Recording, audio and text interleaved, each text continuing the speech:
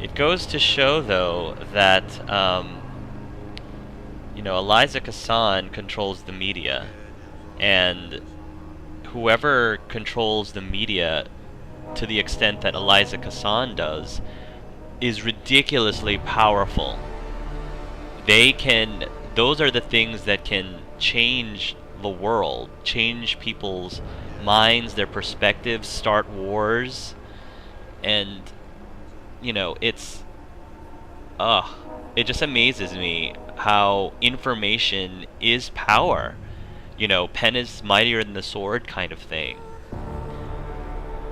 What a choice. Send Darrow's message. Send Seraph's message. Send Taggart's message. Or... God, what a choice.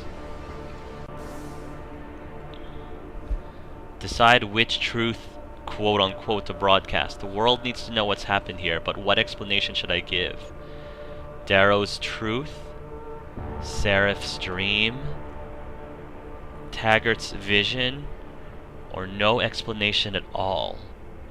The fate of millions hangs in the balance, and ultimately it's up to me to decide. Darrow's truth, Seraph's dream, Taggart's vision, or no explanation at all. Where's the no explanation at all? Through here, I guess, is my guess. So let's think about this. What do I believe? What do I think my Adam Jensen believes? Well, right off the bat, if I was to narrow this down, the least appealing one for me is Seraph's. I never trusted Seraph. I never trusted his belief system, I guess. And I just never, every single time that man speaks, I just shudder. Ugh. Because he's just so slimy, and I never liked him. He's a great character, don't get me wrong. He's a really I think he's a pretty decent character, but I'm not gonna lie for him. That's definitely not very appealing to me. The second least appealing thing to me is no explanation at all. I don't know, I guess the engineer in me feels that Adam, like I don't know if it'll necessarily help for him to give no explanation, because people want to know the truth, and I think that they're entitled to knowing the truth, whether or not the truth is the truth or the quote-unquote truth, like what Seraph is trying to send me. And it has nothing to do with the fact that, Adam would die if he chose to collapse the whole base on him. That it has nothing to do with whether or not Adam would, survive or die. It's purely just I think that Adam owes it. Well, I don't think he personally owes it, but I think that the people are owed some explanation, and I think that it would not really help matters if he just hid all of the information away like this. So that's the second least one, which brings us to Taggart's and Darrow's message. I don't like Taggart's either, because Taggart's is also essentially lying. He's essentially telling us to lie, just like David Seraph. Granted, I think his reasonings behind it are less underhanded than Seraph's, but I don't know. I think the problem is that Seraph's is too far in one direction, and Taggart's is too far in the other direction. I really like Darrow's, to be quite honest. I like Darrow's because it's the truth. I mean, it is what it is. He wasn't trying to sugarcoat anything. And I guess humanity has to decide for itself what it's going to do based on the truth, based on this knowledge. And if humanity collapses, I guess my idea is, if humanity collapses, And if civilization ends up getting corrupt or ends up destroying itself, then that's what humanity deserves in the end. I think that at this point, Jensen is going to give the people, the public, the truth, and what they end up doing with that information, they will have to accept the consequences. People as a whole, humanity as a whole, has to accept the consequences for whatever they do with this information. And if it ends up resulting in, the destruction of civilization, the destruction of people, of humanity, then that's what they get. That is what they deserve. That is what humanity deserves. People aren't perfect. Humans aren't meant to be perfect. And, if that ends up being their fate because of the choices that they make, that's the choices that they made. So I think Adam is going to trust the people with the truth, the actual truth. Oh, I can turn this off. That's what I'm going to choose, folks. This actually is an easy... I thought this decision would be harder than I thought. But actually, yeah, the more I think about it, the more I am very happy with this specific decision. Which is interesting because I feel like, these two decisions wouldn't have been brought up if I hadn't done the optional side quests. Because it almost sounds like Darrow's message is like the default, and these others are the ones that you would get with a little bit of extra effort. But I don't think that these options necessarily are more appealing to me. Just because I took more effort to rescue Seraph and to rescue Taggart, that doesn't mean that I necessarily find these two to be more appealing of a response, of a choice. But yeah, I think I'm gonna do Darrow's. I feel that he is enough in between the two extremes, and I guess if I had to choose, normally, if there was a choice between two separate extremes and the midpoint, which I think is Darrow's view, I would normally choose the midpoint, because I always believe that too far in one direction, too far in one extreme is worse than being worse than being in the middle. I don't know. That's just me personally. You definitely can disagree, and I know what the arguments are about disagreeing, because if you stay in the middle, if you stay on the fence, well, I mean, this isn't really a fence per se, because it does have a very specific message.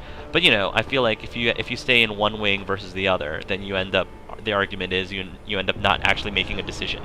But I think this case is a little different. So those are my thoughts on my decision, guys, of how I want this to end.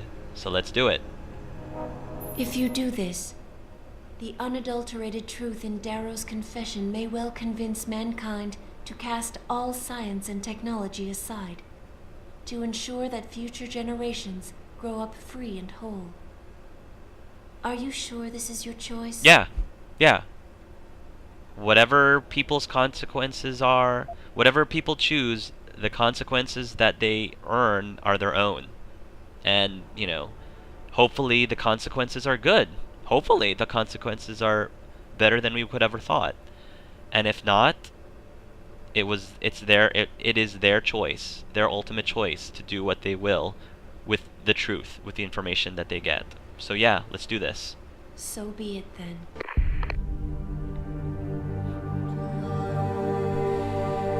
Albert Einstein said, "Technological progress is like an axe in the hands of a pathological criminal." It took me a while, but I finally see his point. How often have we chased the dream of progress only to see it perverted? More often than not, haven't the machines we built to improve life shattered the lives of millions? True, very true. And now we want to turn that dream on ourselves to fundamentally improve who we are.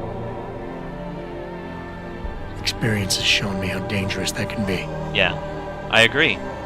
How many times in the Call of Duty did I almost fall into the trap of taking shortcuts, abusing my abilities or the resources at hand? Exactly. I resisted, unfairly at times, because I valued human lives and considerations. Can I truly despise others who fall? Technology offers us strength. Strength enables dominance, and dominance paves the way for abuse. Absolutely. Darrow understood this. He knew that using technology to become something more than we are risks losing our ability to love, aspire, or make moral choices. The very things that make us human. I completely agree. It also risks giving some men the power to make others what they choose, regardless of the cost to human dignity.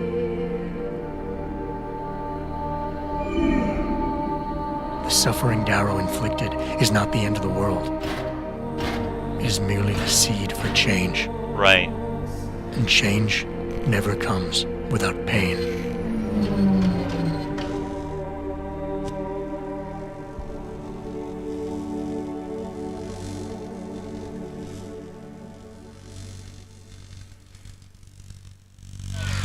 Wow.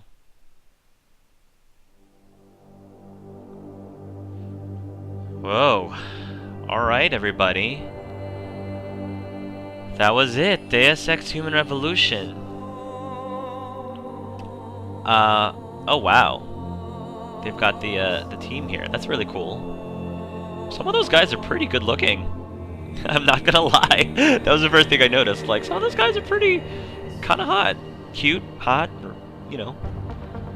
It's really cool that they are showing pictures of the development team. I like that because, you know, it gives you more appreciation, more than just, you know, seeing names scroll across the screen. You know, being able to put a face to the people behind this game, I think is a really cool touch, and I wish that other gaming companies did the same thing, because it adds more humanity.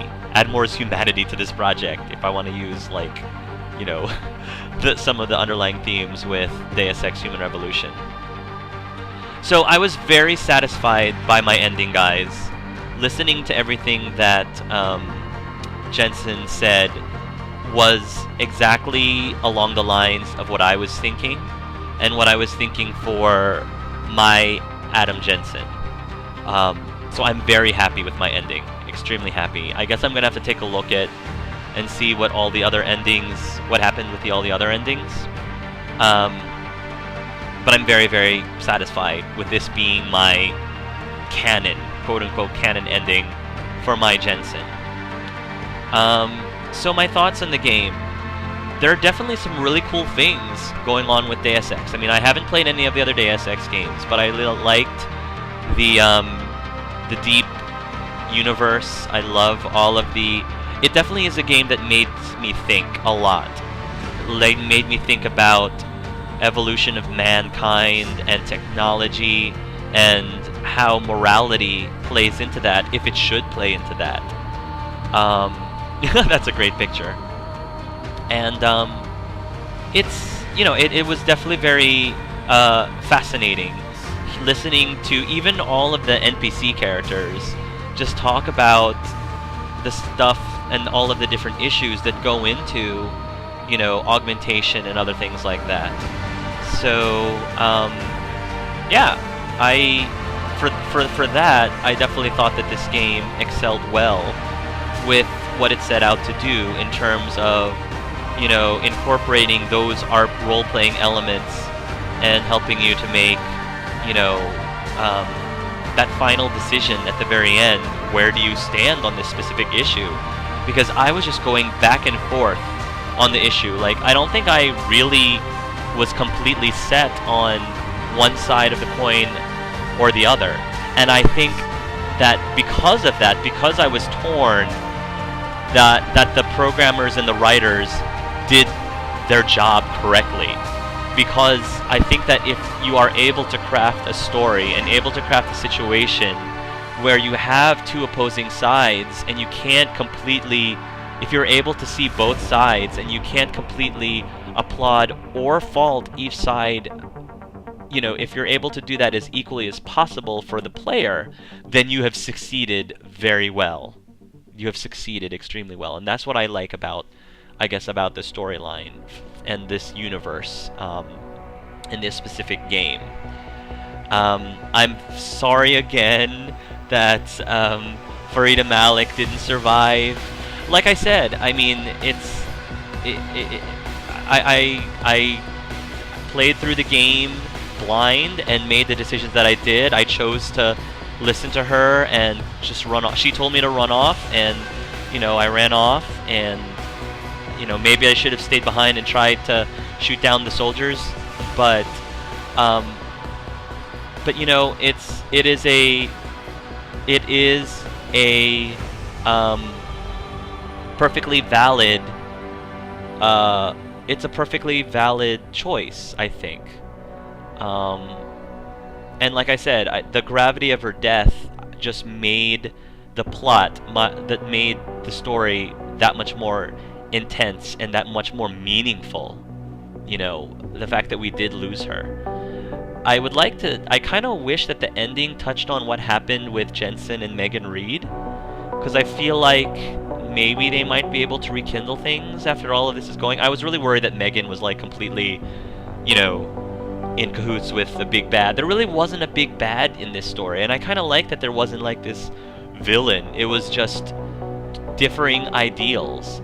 You were not combating this monster or villain at the end, or except for that Zhao Yuran, whatever her name is. Like, I didn't like her. She was a big bad to me. Yeah, I like that it was more you were fighting against or for an ideal and not an actual person or villain. And that's really unique, I think, when it comes to video games, and role-playing games especially. So, my personal feeling on the game, as I said, I mean, I think that for what it is and for what its goals are, it succeeded very well. And I like that there were different paths, and you can make, there are different ways to achieve a specific goal. You can go guns a-blazing, you can do things stealth, you can hack your way through things. I really wish, though, that the boss fights, that there were more things that you could have done that were non-combative.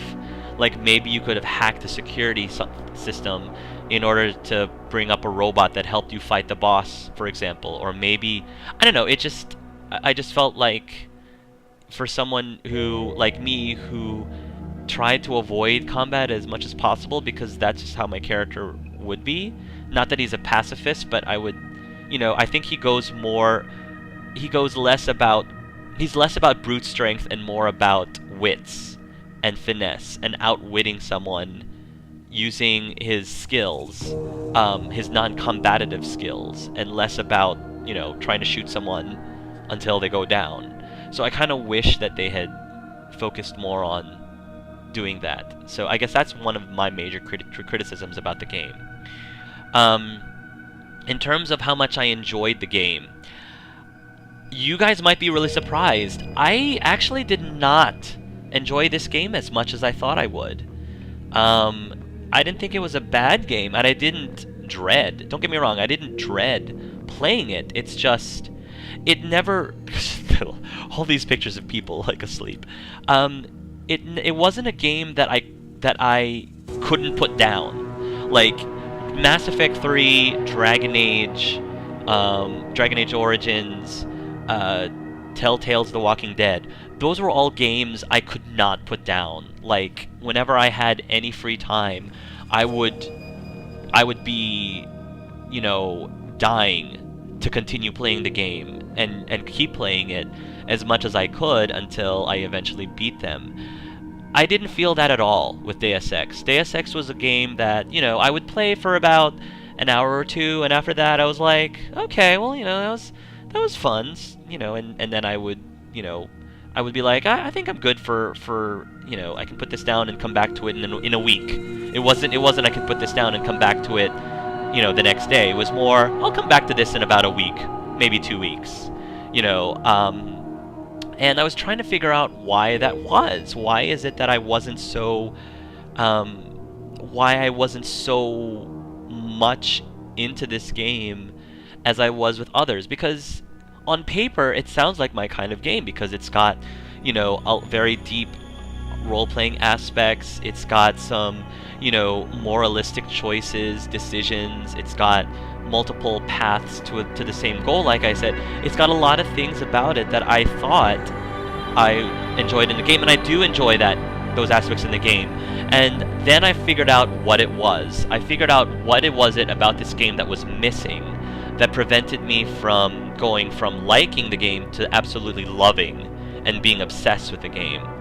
And that is more due to the story design and it's less about anything that the developers did. It wasn't their fault. It was more about just how the design of the story and the game mechanics is. And this is a game that does not have a party.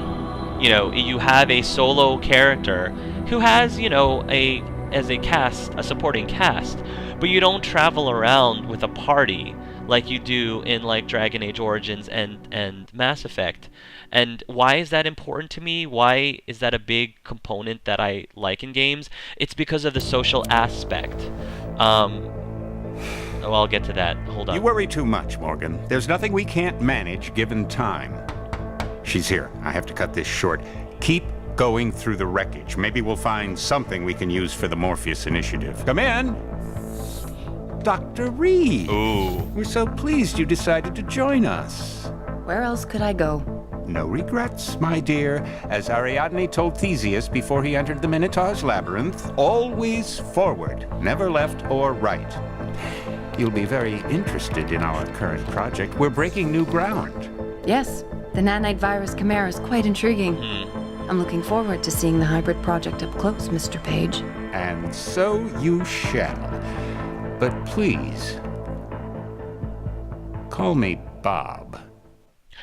I'm guessing that has something to do with the other Deus Ex games, because I believe this Deus Ex Human Revolution was a prequel. I think it's a prequel to the other games. So I'm assuming Bob is significant in the other games, but I wouldn't have known that. So anyway, explaining about why I didn't like this game as much as some of the other games. It's because one of the things that I love about Dragon Age Origins and Mass Effect, and even Telltale's The Walking Dead, is that you have a group who travels with you, and you develop relationships over time, very intricate and deep relationships with those characters. Yes, you have Pritchard, and you have Farida Malik, and yes, you talk to them all throughout the course of the game, but it's different. It's very different. I mean, my relationship with my relationship with Pritchard, and even Farida Malik, is very different from my relationship with Alistair and Morrigan and Liliana and Clementine from The Walking Dead and Kenny from The Walking Dead. Very different from Joker from Mass Effect and Garrus and Tali and Jane, all those people. Over time I developed solid friendships with them, and those are the kind of things that I love about a game that is based around having a party experience it with you. I'm a big social butterfly, so I'm not a big lone wolf kind of person, and I guess that shows in my taste of games as well. The music, by the way, is amazing. I love this music. The soundtrack for Deus Ex is great.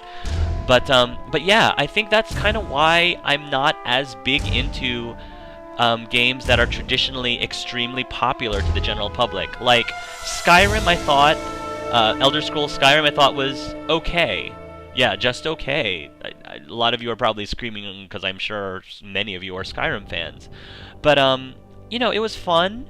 I played it, I beat it, but it's not a game that I necessarily wanted to play a second time. Once I'd beaten it, I was done with it. Because, again, it's you essentially are just traveling around by yourself. You don't have a party. Yes, you can have a companion in Skyrim, but it's, again, the relationship you have with that companion is so shallow compared to the other games I was talking about. Really shallow. Even in games like Resident Evil 6, you actually your relationship with your partner, like, you know, Leon and Helena, Jake and Sherry, Piers and Chris, that, you know, relationship and character relationship development over time, over the course of the game, was richer than Skyrim ever was, and that's why I guess I didn't like Skyrim as much. Fallout is also the Fallout series as well. A game that I thought was a lot of fun. I actually found that it was more fun. I enjoyed Fallout 3 more than Skyrim because I think the environment or the story, the universe of Fallout, the Fallout series, I liked more than the universe in Skyrim.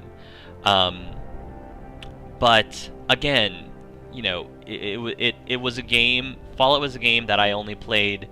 I would play for a couple hours, and then I'd be tired of it and come back to it like a week later until I finally beat it, because I didn't enjoy it to the same degree that I had with other games. So that's why I hesitate LPing games like Witcher, because I know a lot of you guys have been asking me to play Witcher, and I'm sure it's a great game, but if I understand it correctly, it's another game where you essentially are a lone wolf, and maybe you have a companion, but I don't know if the game emphasizes on, you know, on your character relationship development with those companions. And that's one of the reasons why I've been hesitating playing games like Witcher, or LPing games like Witcher or Skyrim or Fallout, is because I don't enjoy them as much. And if I don't enjoy a game as much, I feel like my ability to do an LP suffers. I feel like my commentary suffers, and, you know, I wanna play games for you guys that I genuinely enjoy and have fun with, even if it's a game that is not as popular or as well known. I'm not gonna play a game just because, you know, it's a crowd pleaser, and, you know, I don't play games because I want to get more subscribers. That's never a reason why I play a specific game. That's never a reason why I choose a certain game over another. It's, you know, I don't want to pick a game just because I feel like more subscribers will subscribe to me because it's a game that a lot of people like.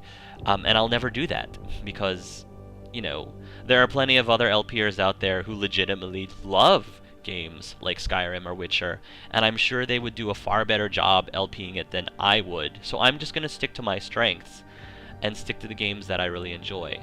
So yeah, like I said, Deus Ex, great game for what it is. I personally did not enjoy it as much as I'm sure a lot of you guys do, but I don't think that it's a bad game, and I definitely don't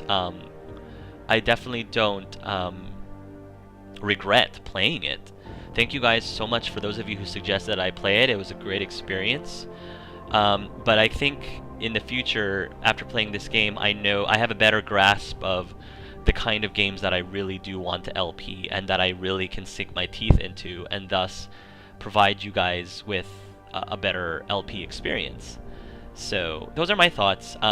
There is a DLC for Deus Ex, and I was told that that DLC is related to the several days later, you know, while Adam was in a coma. So I'm wondering if that means that I'm controlling somebody else. Do I have to control someone else in that DLC that's running around while Jensen is in a coma? Maybe, I don't know. I will play it. I will get it, and I will play it.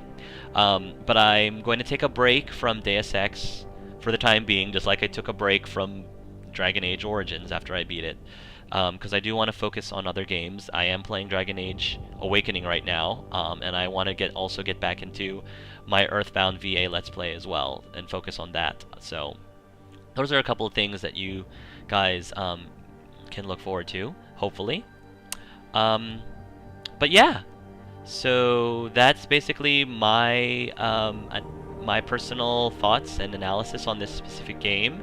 I hope that you guys did enjoy watching me play through Deus Ex, and hopefully in the future I'll have more games that you guys will be interested in watching me play as well.